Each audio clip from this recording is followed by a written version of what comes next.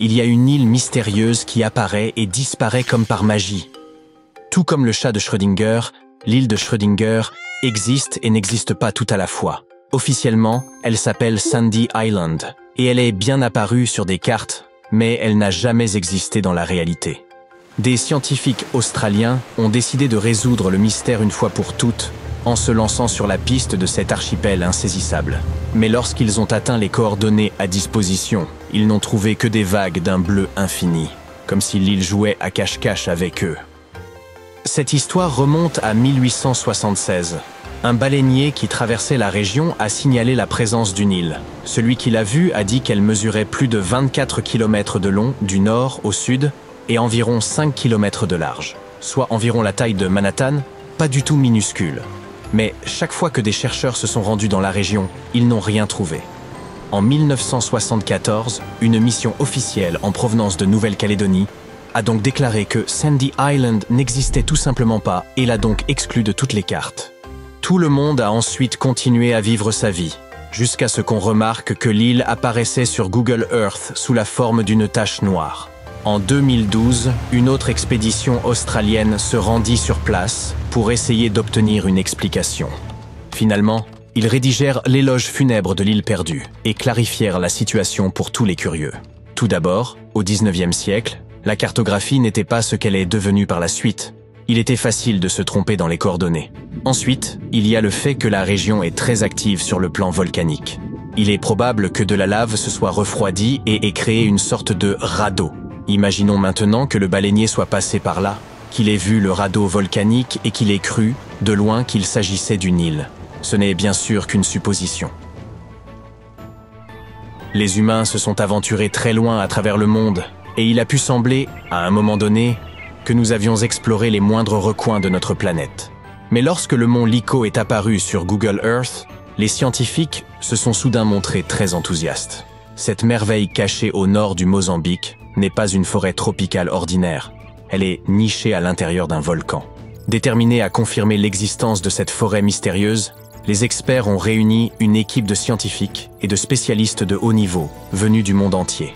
Le voyage jusqu'au mont Lico n'a pas été de tout repos. Une impressionnante ascension rocheuse verticale se dressant entre eux et la forêt. Mais après 6 années de planification et de préparation, ils étaient fin prêts à relever le défi. Une fois sur place, ils ont constaté que le site était encore plus beau qu'ils ne l'avaient imaginé. L'endroit ressemblait à un jardin parfaitement entretenu. La forêt semblait unique, très différente des autres forêts tropicales. Il y avait des chenilles incroyablement grosses et d'aspect dangereux, et ils ont même trouvé des pots anciens et des preuves d'un écosystème humain intact. Oh! Terra Incognita signifie terre inconnue. L'un des plus grands territoires inconnus mais en cours de dévoilement est celui qui se trouve sous la calotte glaciaire de l'Antarctique. Sous la surface enneigée se cache un monde entièrement nouveau, avec des canyons, des cours d'eau et des lacs que les scientifiques travaillent actuellement à cartographier. On ne peut s'empêcher de se demander s'il y a vraiment de l'eau liquide sous la surface gelée de l'Antarctique. Oui, c'est bien possible. L'eau peut exister à l'état liquide grâce à la pression, et aussi grâce à la chaleur qui émane de l'intérieur de la Terre. Ainsi, nous trouvons des merveilles, comme le célèbre lac Vostok. On ne le voit pas, mais le lac Vostok se trouve juste ici. Situé dans l'Antarctique de l'Est, il se trouve sous 4 km de glace épaisse. Cet immense lac a une superficie d'environ 12 500 km². Nous n'avons pu le découvrir qu'à l'aide de technologies de pointe telles que les sondes sismiques et les radars. Selon les scientifiques, il est probable que ce lac existe depuis une quinzaine de millions d'années. Le Bhoutan est connu pour être, entre autres, le pays le plus heureux de toute l'Asie. Mais il a longtemps gardé un trésor caché, l'une des plus hautes montagnes non escaladées du monde, le Gangkhar Puensum. Pour info, le Bhoutan est enchâssé dans les glorieuses montagnes de l'Himalaya. Les amateurs d'escalade ont donc été très enthousiastes lorsqu'ils ont découvert une montagne encore vierge. Imaginez que vous soyez la première personne à gravir un sommet inexploré. Cela vous garantirait certainement une place dans le livre Guinness des records. C'est une loi bhoutanaise qui a longtemps préservé cette montagne. Pour les habitants de la région, son sommet est un site sacré, entouré de mystères et de légendes. Selon l'une de leurs croyances, le caractère sacré de l'ascension d'une montagne ne réside pas dans le fait d'atteindre son sommet, mais dans le fait de communier véritablement avec la nature. il faut admettre que les Occidentaux voient les choses autrement. Si vous vous trouvez dans l'État de New York, ne manquez pas de visiter l'Aglo General Store. Il vous faudra circuler quelque temps dans les Catskills, mais vous finirez par trouver ce magnifique et grandiose rien du tout. Aglo est l'une des villes de papier les plus célèbres d'Amérique, c'est-à-dire une fausse ville. Mais son histoire est différente de celle de Sandy Island. La ville d'Aglo n'a jamais existé, et ce n'était pas une erreur. Les cartographes ont une vieille méthode pour empêcher le plagiat. Ils ajoutent de fausses villes à leurs cartes pour savoir si quelqu'un a copié leur travail. Ce à quoi ils ne s'attendaient pas, c'est que cette pratique dégénère complètement. On raconte qu'un jour, dans une station-service, un homme a acheté une carte sur laquelle figurait la ville d'Aglo. Cette personne a ensuite décidé d'ouvrir un magasin à cet endroit et de l'appeler l'Aglo General Store. Selon la rumeur, ce propriétaire aurait été poursuivi en justice par les auteurs de la carte. Quoi qu'il en soit, tout ça a duré quelques années, puis c'est devenu un sujet de plaisanterie nationale. Des Américains viennent de tous les coins du pays pour prendre une photo du panneau de bienvenue de la fausse ville. Et puis, il y a l'île de Bermeja, située dans le golfe du Mexique. Cette île bizarre apparaît sur de nombreuses cartes des XVIe et XVIIe siècles. Elle a probablement été dessinée par des explorateurs espagnols. Bien sûr, son emplacement exact varie d'une carte à l'autre. Son nom même apparaissait parfois sous une forme différente, Bermeja, mais on était pourtant sûr de son existence.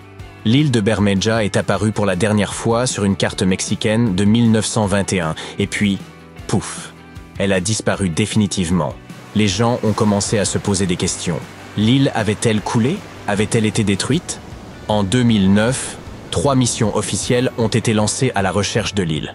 Des technologies de pointe ont été utilisées pour explorer les fonds marins mexicains, mais Bermeja restait introuvable. Les chercheurs ont alors échafaudé quelques hypothèses. Penchons-nous sur l'une d'entre elles. L'île aurait été inventée par des explorateurs de l'époque pour tromper leurs ennemis dans leur quête de terres et de trésors. Cela semble plausible. Jetons un coup d'œil à Rio de Janeiro. Autrefois, la ville regorgeait de territoires informels. Ces lieux sont connus sous le nom de bidonvilles ou favelas. Ce sont comme des mini-villes à l'intérieur de la grande ville. Certaines favelas sont connues pour être particulièrement défavorisées, les habitants n'y bénéficiant pas des mêmes avantages que les autres citoyens, comme le système d'égouts et le ramassage des ordures. Ces bidonvilles se sont développées si rapidement que le gouvernement n'a pas eu le temps de suivre leur évolution. Aujourd'hui, ce sont donc généralement les habitants eux-mêmes qui nomment les rues, et ils se débrouillent avec ce qu'ils ont à leur disposition. L'un des plus grands bidonvilles du Brésil se trouve à Rio de Janeiro, la Rocinha. Il n'a été reconnu comme quartier par le gouvernement local que dans les années 90. Notre propre plancher océanique est moins bien cartographié que Vénus, Mars et la Lune. En fait, 95% de nos océans sont encore inexplorés. Étrange, n'est-ce pas? Nous disposons de la technologie nécessaire, qui consiste principalement à effectuer des sondages ultrasoniques, c'est-à-dire à envoyer des ondes sonores au fond de l'océan et à enregistrer ce qu'elles nous renvoient. L'un des principaux avantages d'une cartographie plus approfondie des fonds marins serait une meilleure connaissance des dangers qui nous menacent, tels que les tremblements de terre, les tsunamis et les éruptions volcaniques. En outre, nous en savons encore si peu sur la vie marine que cela pourrait nous donner un aperçu de la véritable dynamique de nos écosystèmes aquatiques.